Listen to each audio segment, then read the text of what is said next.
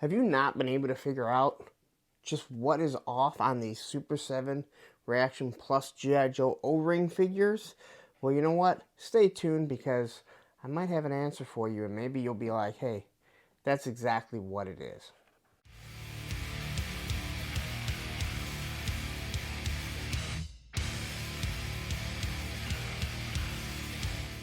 Hi, and welcome to A Punk with Toys. My name is Lawrence, and today we're going to be taking a look at the Super 7 G.I. Joe, a Real American Hero Reaction Plus. It's not technically Plus, it's actually the O-ring screw, but I picked up a Duke because I recently had an interview with one Patrick Not Picard Stewart, and he kind of nailed it, kind of explaining something that makes these things look off. And he also did a whole video on it on articulated points, which I'm going to leave a link to that video in the description because he goes really in depth into it, and it's actually a really interesting video. I'm going to suggest you go ahead and watch it. But what I'm going to do is I'm going to take a look at this figure. I'm going to look at the articulation. I am going to compare them and kind of show you what seems different compared to the original ones, because these are supposed to be a continuation. But anyway, looking at this figure, we can kind of see exactly what we kind of wanted as a kid. Again, you kind of have an explosion in the background. This is a cartoon accurate, or supposed to be cartoon accurate Duke. Again, only two different accessories, where she has the laser gun, and then he has this little device that controls him. On the back, you are going to get a cross cell, which I don't mind this cross cell at all. Again, even here, this is something I've talked about with the Classify line. They put the BBTS exclusive on here, so you can't just get it anywhere, and I have no problem with it. They used to do that type of stuff all the time with the original Joes, and if this is supposed to be a continuation, do it like that. Anyway, you also get a file card, and this is not a 5L. This is a full file card. So anyway, we're going to take a look at this, get this thing open, and like I said, we're going to compare it to the original Duke, see what the articulation is, because I have not had one of these yet. I've actually turned them away numerous times because there was just something off on them. And also, I think they're a little bit pricey, especially when I've seen the quality of Super 7 in the past. But I did want to do a comparison on this one, so let's not waste any more time. But if you like this type of content, you like when I give you G.I. Joe, take a second, hit that like button, hit that subscribe button, hit that bell notification so you're notified every time I drop something G.I. Joe. Alright, so I got them out, and we're going to quickly go over the figure, and then I'll compare them to the other one, talk about the things that I talked about. So anyway, first thing we'll look at the accessories, and the first thing you're going to get is the headband that he had. The same with this guy back here, Ramar, that where they have to fight. So this is going to be able to go on there. There's a little bit of detail on it. Don't expect very much. Again, this is Super 7, and they don't put a lot of detail into their stuff. So this should fit on his head, and we'll try it in a second. We do have the laser rifle. Now, just looking at this, it just doesn't look right. I got one right over here. This is actually the G.I. Joe one, the Hasbro one, and you can see it looks the same, but looks different. The proportions just look a little weird. And one thing about the Super 7, everything that I've looked at, a lot of these proportions are always way off. But no trigger guard, which is perfectly fine. You do have the trigger on it. Again, you don't want a trigger guard because they don't have trigger fingers. You got a little bit of detail on it. There's obviously not going to be any port for blast effects. Got your stock here, so decent looking. We'll see how it looks on them. So here's our figure. And quickly looking at him, the face does look okay. Again, he is made to be cartoon accurate. Now, it's been a long time since I've watched this, but I can kind of look, and you do see the resemblance in Duke right here. So there's your hair. All right, you got the nice ears.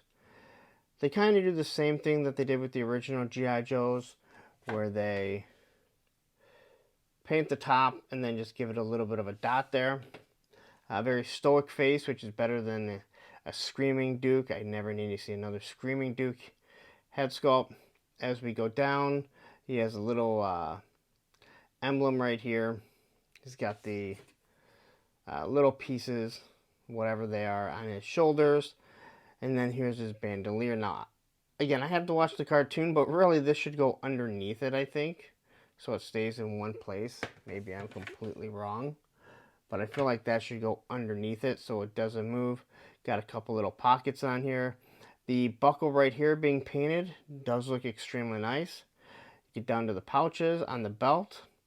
And then you have the belt buckle right here, which has just a little bit of paint. So I think that looks pretty good here. There you have your little screw for the back. I should probably pop one of these open eventually and see how they are. Sculpted on pockets on the back there, and you go all the way down to the boots. And they do paint the boot. They just give it a little bit of look right there. So it doesn't look bad at all. And I forgot to grab a stand. I gotta go grab a stand really quickly so I can see if these actually fit, because their reaction figures don't. Alright, so one of the things that Super 7 did, which is one of the stupidest things, is that when they made the reaction figures, they didn't make it so the stands, G.I. Joe stands, would fit.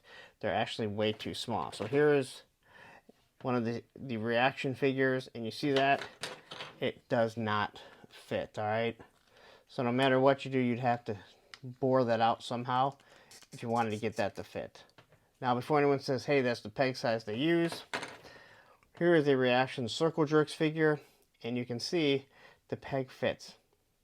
The only way this guy's going to stand is with a stand, and it fits. And the reason why this is a problem is if you try and put a reaction figure on a G.I. Joe vehicle, it's not going to work. So my question is, do these peg holes actually fit so you can use them? And the answer is yes. So they did redo the holes on the feet, which is good, because let's be honest, don't you want them to have the ability to actually stand on some of the vehicles that you may already have.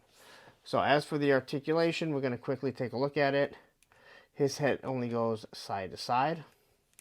As for an O-ring, no problem there. Kind of sticky. So T-pose, not a problem. You're going to get your 90 degree. This is like a perfect 90 degree, not even a little over. Alright. You just have the swivel on battle grip. Ew, these don't feel good. They just don't feel smooth. I don't know what it is. They can turn side to side. Pretty good Jean-Claude Van Damme. They can kick straight up, which is, well, almost. Okay, so they can kick straight up for the most part. With the larger crotches that some of these O-rings are making, their legs don't always go together. They tend to separate, but that's so it doesn't break. And then you get your 90 degree bend right there. Alright, so what I'm trying to point out here, alright, and I've been trying to figure out what was wrong. What makes these look different? And when I had Patrick Not Picard Stewart on, he said they have a video coming out, and like I said, it is linked in the description because I think it is a very interesting and well-informed video that talks about all these O-rings. So one of the things that I had noticed, and I didn't know what it was, I just couldn't figure out what was wrong with it. And that is, when you compare the two, alright, all the G.I. Joe figures, unless if they are masked figures, they are molded in the color plastic that their skin is supposed to be. Same with the hands, alright? Unless if they're gloved. So these are all molded. So the color is always going to be even across it, but it makes it look more natural. This face is painted. Alright, so rather than molding it, they actually paint it. And it definitely makes it look way different. Now you can even see that this was the new O-ring, and it looks like maybe they did the same thing. Alright, because this face doesn't look good either. So this was the newer Hasbro stuff. This doesn't look good. when you look at the hair, all right, it looks like it still has a little bit more detail than over here. And they really don't put a lot of detail on here, all right? And then when you kind of look at the hands, they look more like they just have this pinkish. They also don't have the same sheen to it, where the original O-rings always seem to have some sort of shine to it. This looks way duller. These also look dull because they use more of a flat, like a flat paint, where you don't get the same glossiness. And again, I think it changes the look of it. So when you look at these, and I understand they're going to look different, but I couldn't figure out, just trying to just put my finger on it, why these looked all different every time I saw one in Target. And it was after Patrick Stewart mentioned that. So I'm going to, like I said, I'm going to leave a link. Please go watch that video. It is extremely informative, and you'll learn so much about the O-ring stuff. All right. So you can just see the difference right there. So I do want to look at a couple things, because the backpacks on the O-ring figures, if they actually do have a hole, they don't fit. So here's the original Duke, and you can see it does now fit. So you can use any of the G.I. Joe original backpacks right here, which means, you know, that they did fit the hole size properly. It looks like it might be a little low. With the new style hands, we shouldn't have any issues with thumbs breaking. All right, as they should be a PVC and they should move around a little bit. And then here we have his little headpiece that we can kind of just pop on here.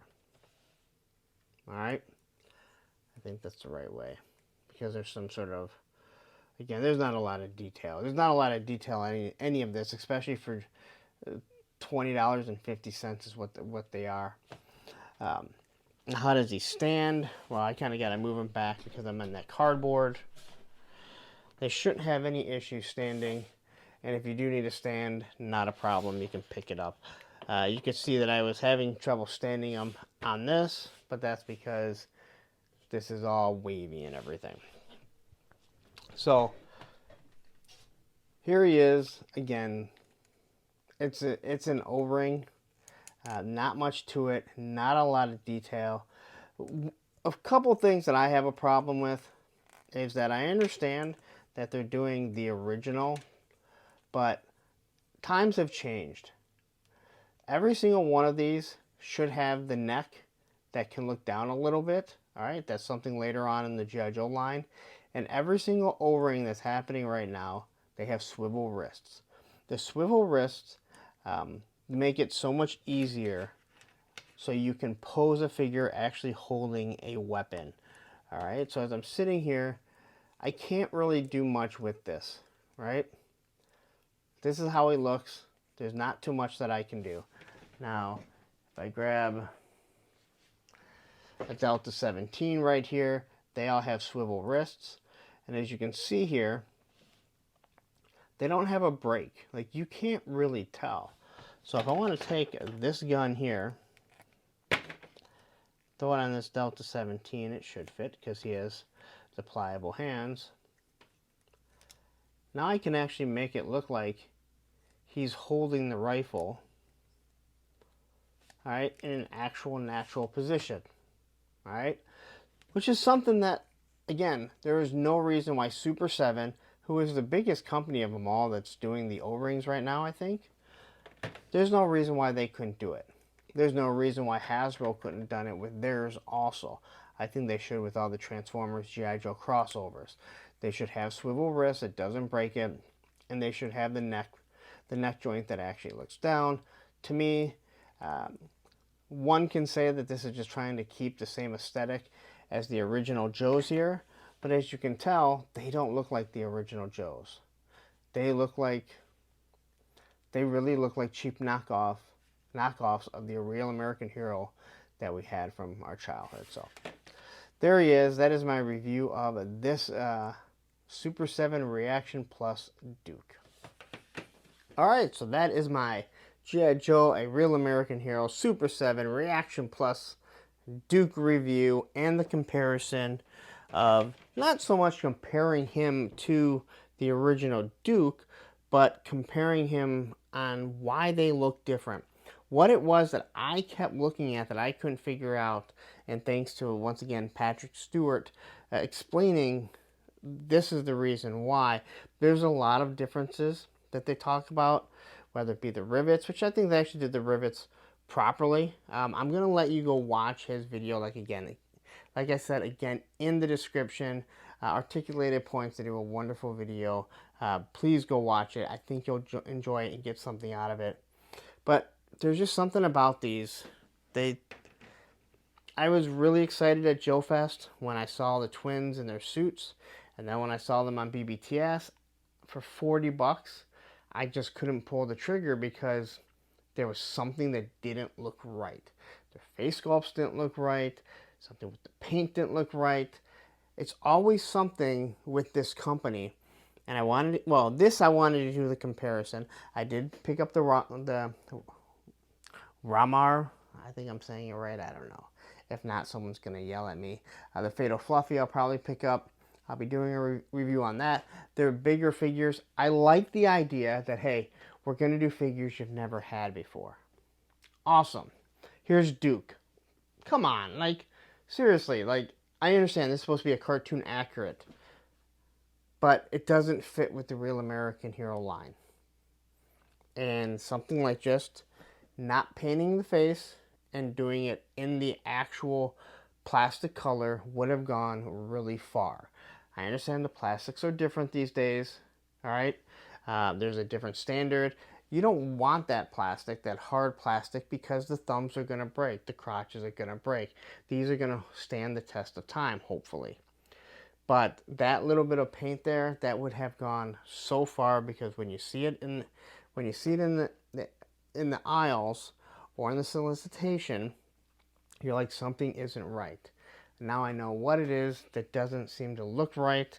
And my feeling hasn't changed, especially holding this in hand. So anyway, I think I've rambled on more than enough. And you have sat through here, and I appreciate it. So please take a second, hit that like button, hit that subscribe button, hit that bell notification so you're notified every time I drop a G.I. Joe video. Now what I'm going to do is I'm going to get out of here, but what I'm going to do is I'm going to leave you a link to another 3.75 figure, and down here will be a playlist of all that type of 118 stuff that I've done. Take care.